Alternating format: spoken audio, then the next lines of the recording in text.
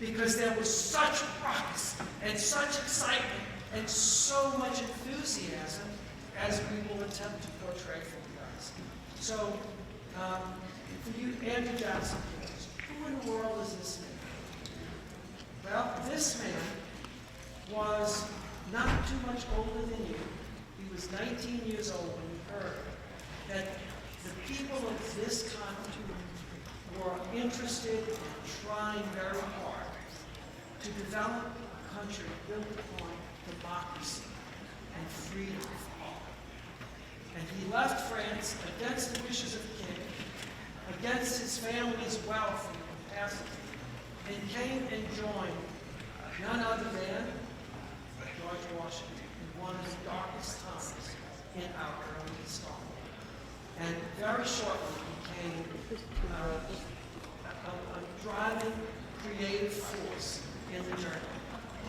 Modern historians have referred to him as the French founding father, because without his aid and his influence with the King of France and bringing the French into the war for our independence, it probably would not be sitting here as one nation under God, but instead a collection of colonies still very much like Canada, connected.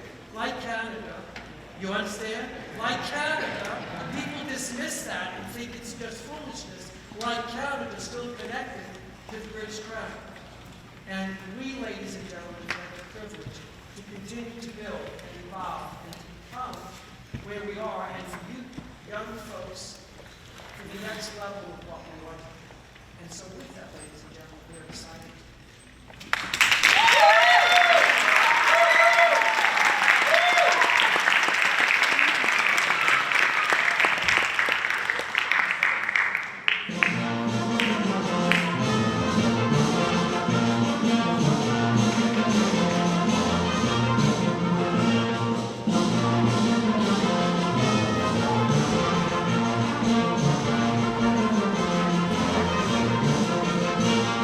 Thank you.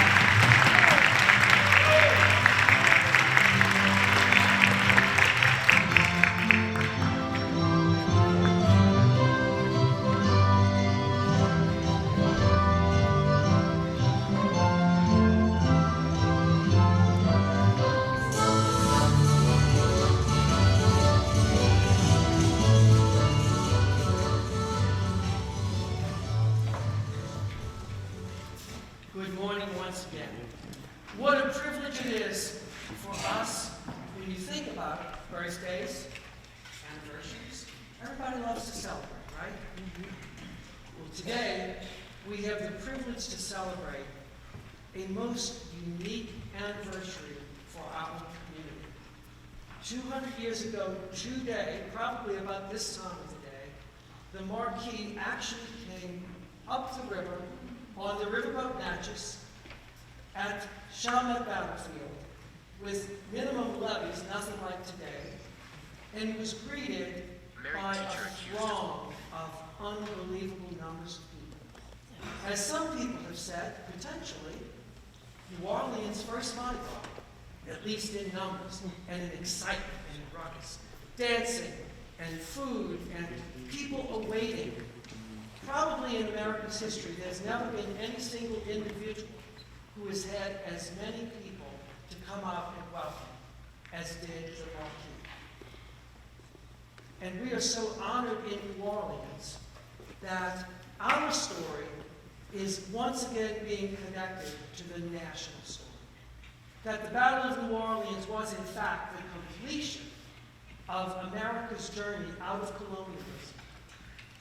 We are so proud, and you kids from Andrew Jackson Middle School, literally named for the man who stood against all odds, against the most powerful army in the world, who thought they were walking into New Orleans and could whistle their way right in.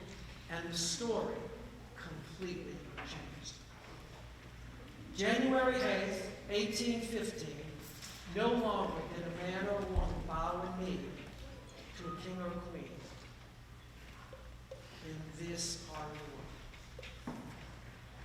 A fact that is so easily lost. The opportunity for the journey. And you guys, the journey's not been easy because there's never been anybody like us. There's never been a people who have had the privilege and the opportunities to form and to shape their own nation. For so long, a king or a queen told the people who they were and what they weren't and what they were. Suddenly, Americans have had the opportunity to be told, you can be almost whatever you want to be. Isn't that exciting, guys? And what's so important about today is that one person can make a difference. So easily we think things are beyond us. It's bigger than us. But one man was willing to forsake home, fortune, family, and a language barrier besides. Think about that one. Don't we think about language barriers today? And came to our country and presented himself to George Washington and said, here I am. How can I help you? And his creativity, his dedication inspired not only George Washington, but the American troops that knew, are we losing our mind, standing against people that are so beyond us? And suddenly we saw it could be done. And today, you guys, here in New Orleans, we have the privilege to re-celebrate this whole story of us and them up there building this amazing country.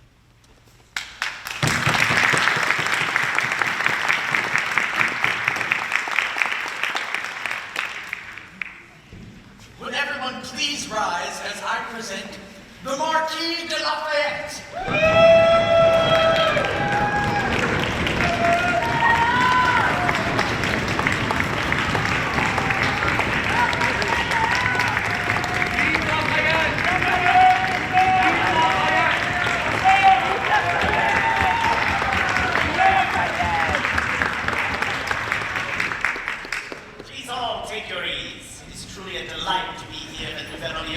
Of the great state of Louisiana. Thank you so much for your kind welcome.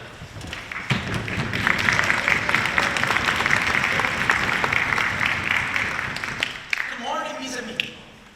My friends, we are here together to celebrate you as young Americans and this amazing man, the Marquis de Lafayette.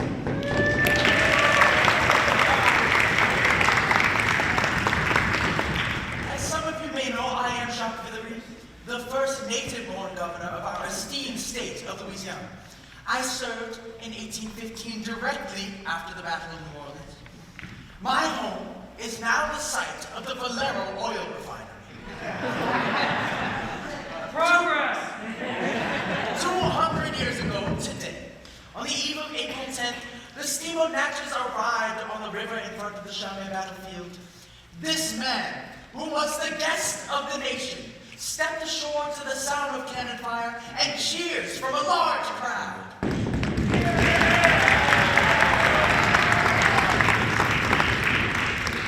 Despite the relentless bad weather and the battlefield's distance from the city, people had gathered to see him, filling the levee with excitement. His reason for coming to this sacred site was to give honor to the great men and women who so gallantly fought to stave off the British during the American Revolution. He had his blood, sweat, and tears laid out on that battlefield for the founding of this country. Come, help me applaud our great hero.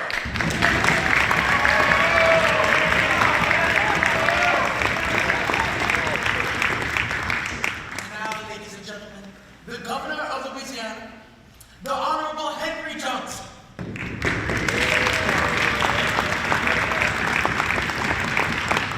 Even before Louisiana became a part of the United States, you fought for freedom and justice and shed your blood for liberty, both here in America and in France. Today, Louisiana is honored to welcome someone the entire nation celebrates as a true hero.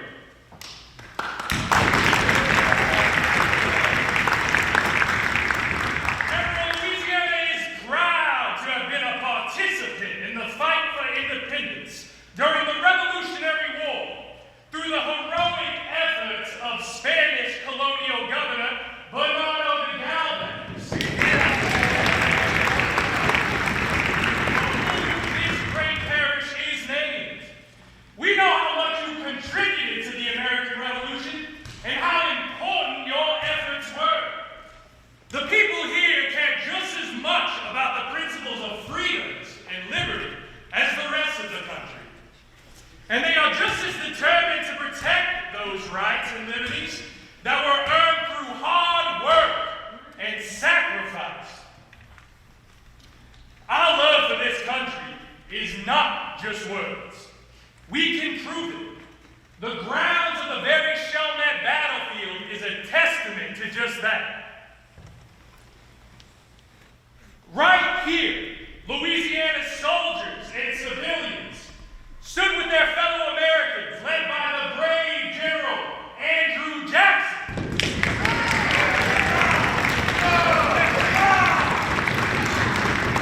And together defeated a powerful enemy.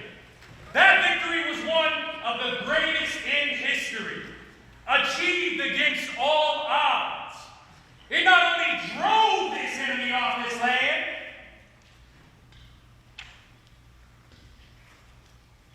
but it created a lasting symbol of American strength and courage. It was a victory that any hero like you, who fought at the Battle of Yorktown, would be proud to see and to celebrate.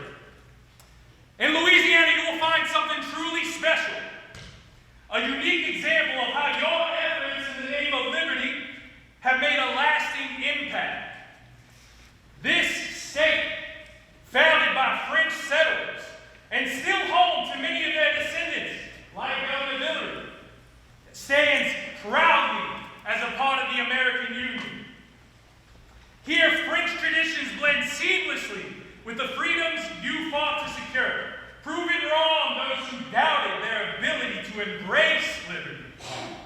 Louisiana is living proof of the triumph of freedom and a testament to your incredible work to make this possible. As Governor of Louisiana, in behalf on you, the people of Louisiana, welcome to this sacred place. We are honored to have you here.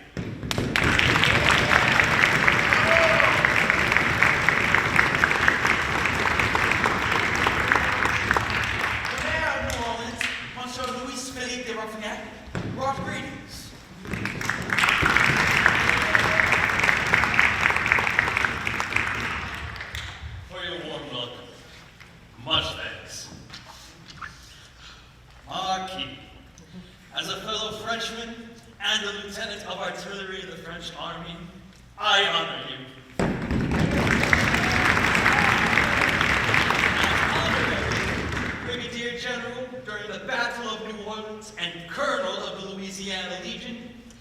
I salute you.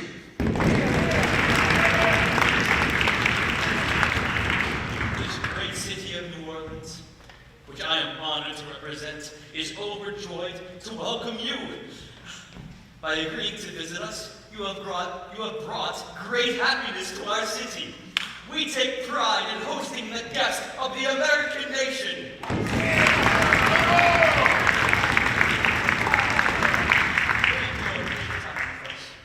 You will no doubt notice the progress made under the wise institutions that grew out of the independence that you fought for.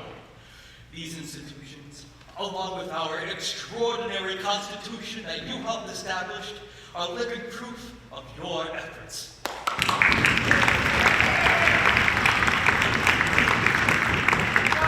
Next to greet this great man was Dennis Prieur, recorder of the City Council of New Orleans.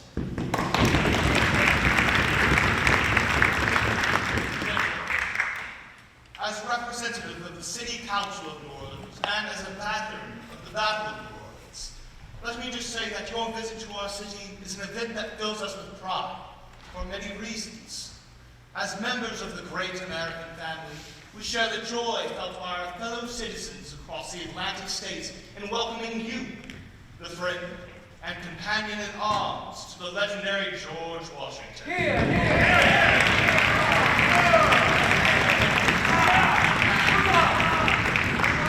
As descendants of the French, we feel an even closer connection to your incredible achievements. General, even if you try to downplay your actions, the people of this nation have long made it clear how much they admire you. Citizens from every walk of life honor you as one of the key founders of American independence. The independence we in Louisiana are now proud to share. That independence was recently fought in a war against the most powerful army in the world, where we proved our worth in days of trial that will never be forgotten. Never be forgotten!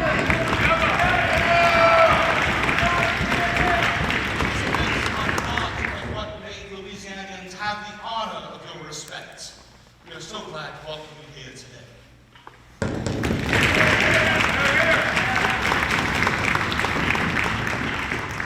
Mon General, your visit to our community and the Chalmette battlefield has been an incredible honor. As you make your way to our illustrious capital city of New Orleans, for the festivities planned for your visit, I would like to acknowledge the many in this capacity that wish you well. I would like to acknowledge the many in this gathering, the soldiers, the citizens, and their descendants, who make up this great parish. They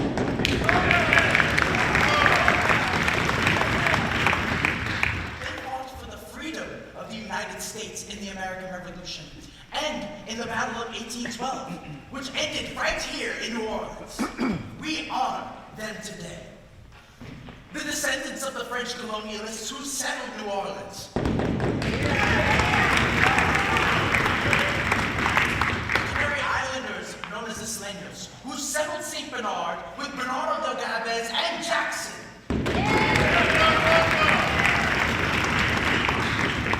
The Choctaw Indians who served bravely in the Battle of New Orleans. And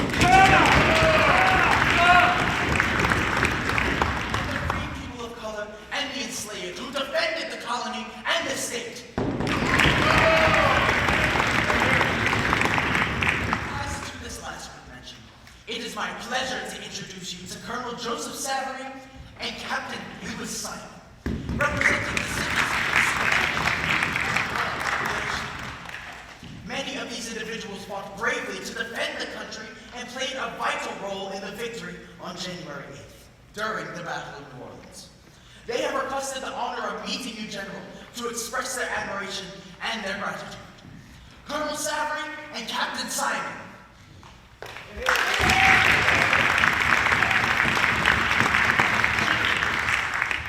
Your name fills this nation with joy. The free people of color in Louisiana share in this excitement and wish you the best wishes upon your arrival.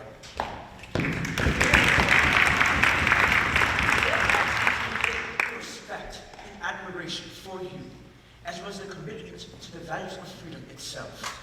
Thank you.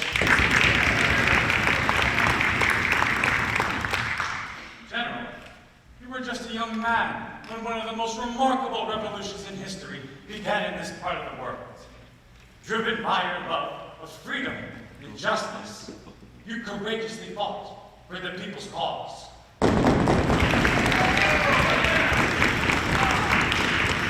Despite your noble rank, wealth, and favors you enjoyed in the grandest courts of Europe, you followed your calling.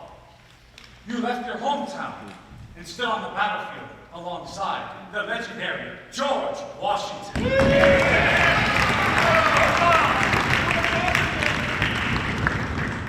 Now, after 50 years, your return brings joy, celebrating your dedication to the ideals of freedom and humanity. Everywhere you go, you are met with the love and gratitude of an entire nation, a reward fitting for a hero who has devoted his life to the betterment of humanity.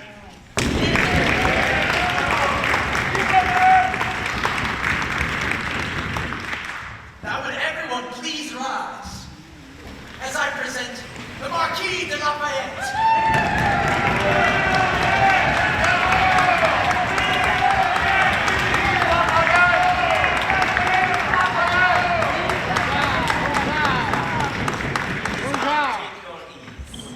Distinguished gentlemen, lovely ladies of Orleans, mesdames et messieurs, chers amis, I, General Lafayette, am so honored and privileged to be here amongst all of you, especially the students present here today. I am a firm believer that the greatest victories in life are not won upon any battlefield, but rather knowledge over ignorance. You are the future of this nation. You too can make a difference. I think back to my life and how much occurred at a very young age. Sadly, my father was killed 1 month shy of my second birthday at the Battle of Linden, August the 1st of 1759 during the 7 Years' War. My mother would pass when I was but 13, so thus I had become an orphan at 13. My life had been planned for me. At 13, I would become a lieutenant, a second lieutenant, serving in the Mousquetaires Noirs, the Black Musketeers of His Majesty the King. By the age of 16, I would be married. And as you can imagine, that tradition has gone somewhat out of fashion.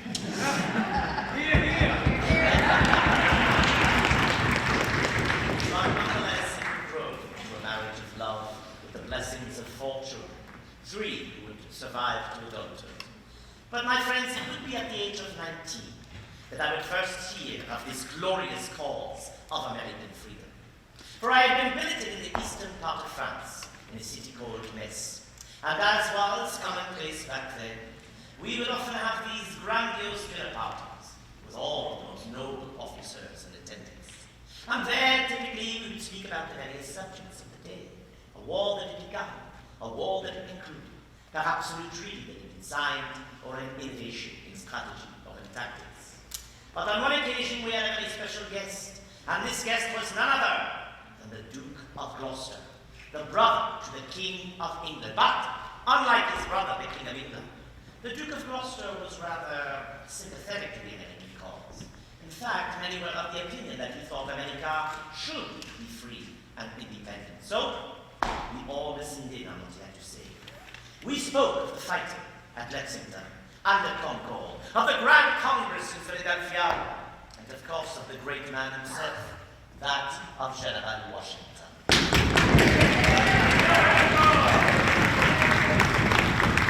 you know, dear friends, it was by the conclusion of that meeting that I told my other officers that I was ready and willing to fight, and if need be, die for this cause. Now I know what you're all thinking. Why, Mr. Marquis? Why would you want to go and fight and perhaps die in another man's war? For France and England were not at war at that moment. Why would you want to risk yourself in such an endeavor? Well, I believe you know the answer to that question. For in truth, this has been a war like none other in the history of man. Had it not? This was a war of great ideas, of freedom, even the liberation of mankind, a war that embraced the ideas of the great thinkers, of what we often refer to as this Enlightened Age. Some call it an age of reason. Men such as Voltaire, Rousseau, Montesquieu, and Locke. And what were they speaking of? Representation in government of an equality of mankind. That a man, no matter what class of society you might be born, whether you be black or white, Catholic or Protestant, rich or poor, enslaved or free, should not make a difference.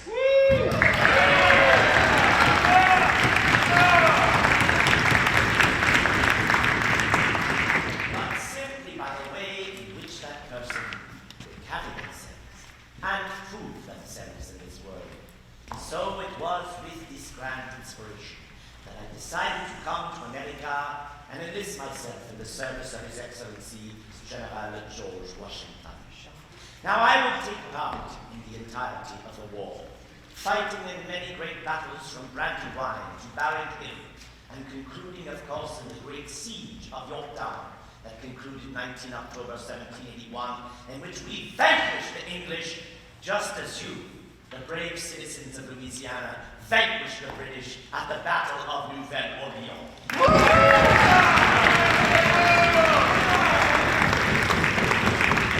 Although with the Treaty of Paris it appeared the war had come to an end, and it had, the revolution was incomplete. I had written His Excellency General Washington right before the war ended, and I spoke of many subjects. Amongst them, chiefly, was the horrible institution of slavery. I said to His Excellency that you would be an even greater man than you already are if you could set the example by emancipating the slaves. Thereby others could follow your example, and you could eradicate this horrible institution. Alas, His Excellency wrote back with many kind words, saying that I was a credit to humanity for making such a suggestion. But he said it could not be done immediately, that it had to be done slowly and through legislation, for fear of a grand slave revolt on par with that of the great Spartacus in the 1st century BC. Well, of course, I believe action speaks louder than words. And I would lend my voice, and will continue to lend my voice, my right arm, my pen, and my purse to eradicate the horrible institution of slavery!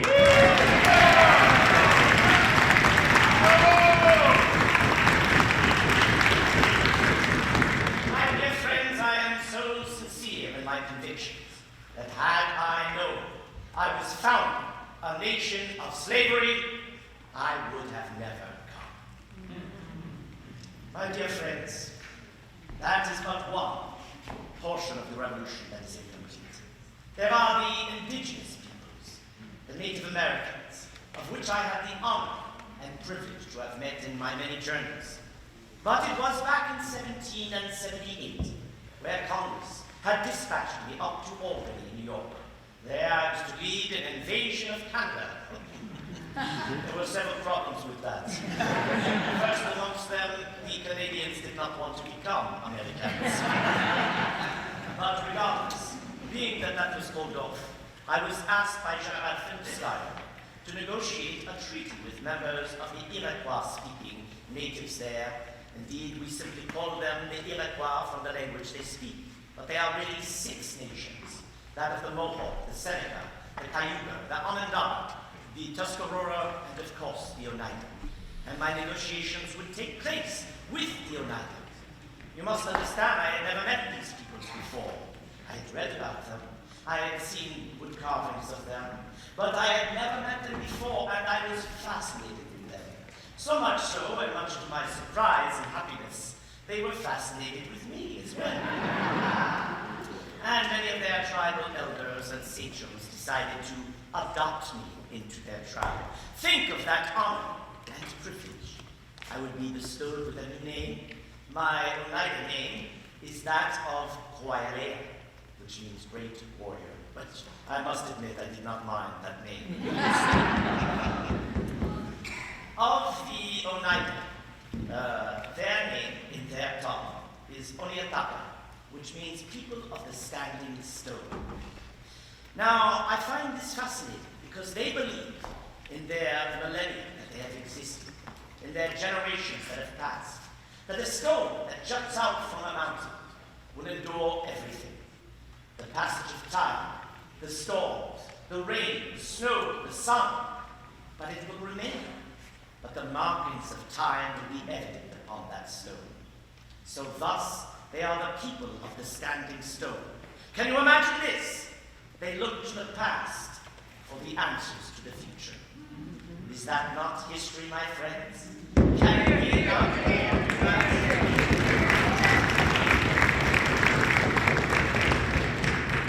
I am fearful that many of those treaties that were made were not abided by the Americans. So I will continue as well to fight for those rights in the hope that those indigenous peoples might also one day be welcomed under that banner of American freedom. My friends, it would be when the revolution came to France that I would write a document. It was called the Declaration of the Rights of Man and of the Citizen. In this said document, I spoke about those natural rights of mankind, that all people, regardless of their nation, should be able to enjoy. Many of those rights are, of course, life, liberty, property, the pursuit of happiness, and freedom from oppression.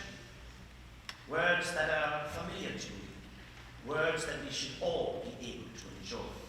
And I am hopeful that with this preamble to all French constitutions, these rights and privileges will be welcome to all, not the select few, but to all. Hear, hear. My friends,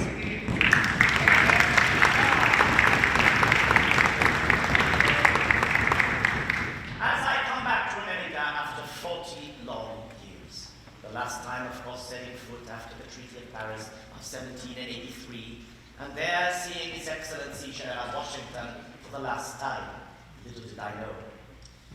We spent 2 glorious weeks at his beloved Mount Vernon. There we reflected upon the war, the future of this nation. We rode on to Annapolis in Maryland, said goodbye to many of the officers we had the honor and privilege to have served with. Onwards to Marlborough in Maryland, and that is where I would say my goodbyes. But not before the General would say this to me. He said, Monsieur le Marquis, I sincerely believe that the easy part was winning this war. I could not imagine he would say such a thing, to all of the trials and tribulations we had all been through. But he explained himself further by saying, I believe that the much more difficult part will be for these 13 former colonies that have now formed 13 United States, well, getting along with one another, surviving into the future. Well, my friends, look at how far you have gone. From 13 to 24 United States, you have endured war, civil strife, turmoil, yet you have endured. And why is that? Well, I dare say it is because of the foundation that was built at the price of so much sacrifice and blood by you, the American patriot. And who is the American patriot? Indeed, it is those idealistic individuals who joined because of Washington, of this great cause, of Thomas Paine and his words. But it was also the enslaved, perhaps forced to serve. The free men of color who decided to form a new life. Those brave men of the Rhode Island Regiment who were with me as we stormed Redoubt 10 on that fateful night of 14 October 1781, vanquishing the British at Yorktown. It is also the Native American, the Oneida, the Tuscarora, who served right alongside me at the Battle of Barren Hill, many of them giving their lives for what?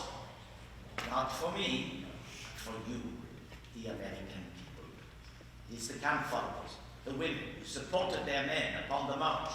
There is Deborah Sampson, who was a woman who served in the ranks, disguised as a man. She believed so much in the cause that she was willing to give her life for it. That is who the American patriot is. It is all of you.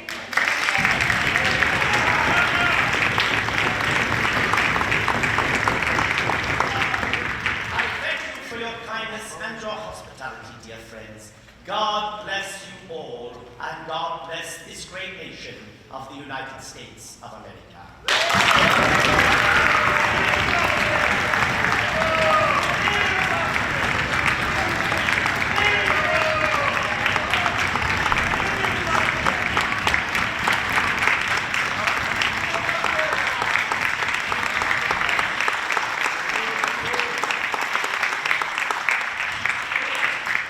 Well, ladies and gentlemen, it's been a privilege to share our amazing young people, their gifts and their talents to bring our story further to life. And we thank Mark, an amazing man, an inspiration to us all, and a man who has taught us so much of ourselves, correct? Yes. So, to that, and for our young people, it's so easy to misplace how all this works. Gail Butler, stand up. John, stand up, please. Listen, these folks is just a few. Bill, come on out here. These people. We're going to bring Governor Hillary's direct descendants. Yes, these people are, in fact, the living, breathing version of these people's story that we're talking about. Delaware's. The Villeries, right? This is Chris Moore, and he is the direct lineal descendant of Jacques-Philippe Villeroy, who was our governor. And then it was his ancestor, the son of Governor Villeroy, Calice Villeroy, who was kept prisoner by the British from December 23rd, 1814, until the end of January 1850.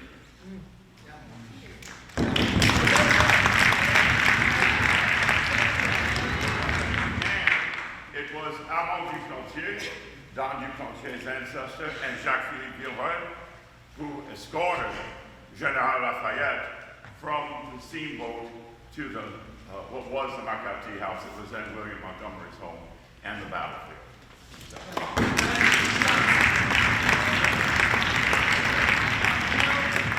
have no pictures of Chalmette, but from what Bill has said, this is it. She is a direct descendant of Ignat and Delaware Chalmette.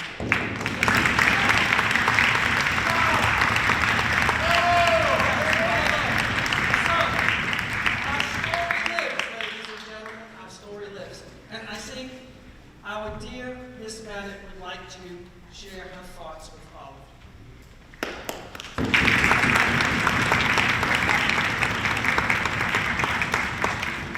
So, American Friends of Lafayette, for those of you that don't know, this is the third performance of the morning.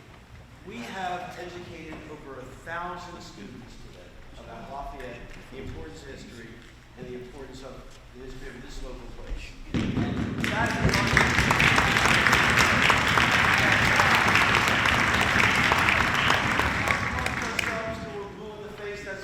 we're doing a great job of that. But when we bring in the young people, we start educating young people, that is our mission. That's what we should be doing. And I can't thank Denise and John enough for having the wherewithal to understand how important this is. Thank you very, very much.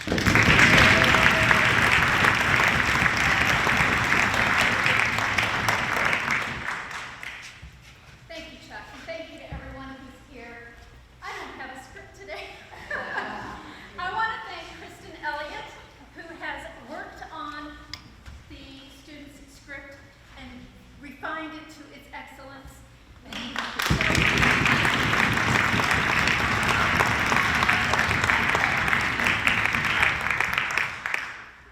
Charles, on behalf of the American Friends of Lafayette, we want to give the St. Bernard Parish School District a certificate of appreciation.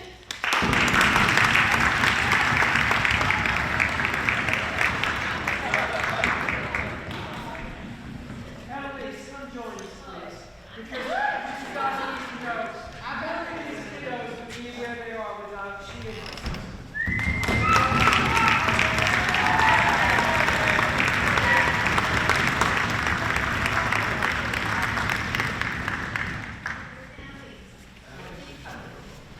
While she's making her way up,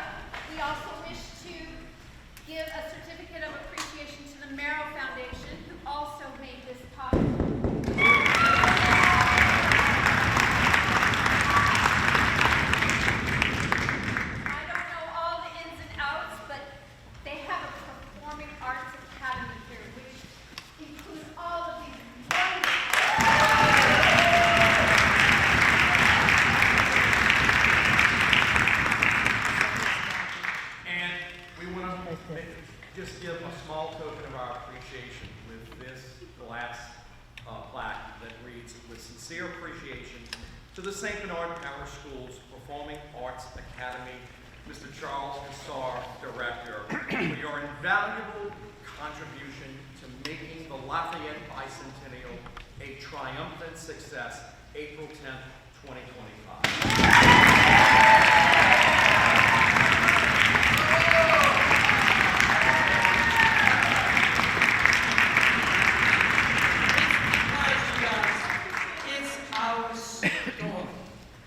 Makes sense?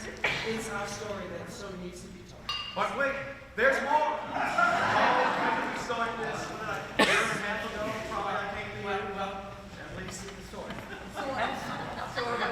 A long time. Cannot tell you how much work this man does, not only for this bicentennial, but for the entire Performing Arts Academy.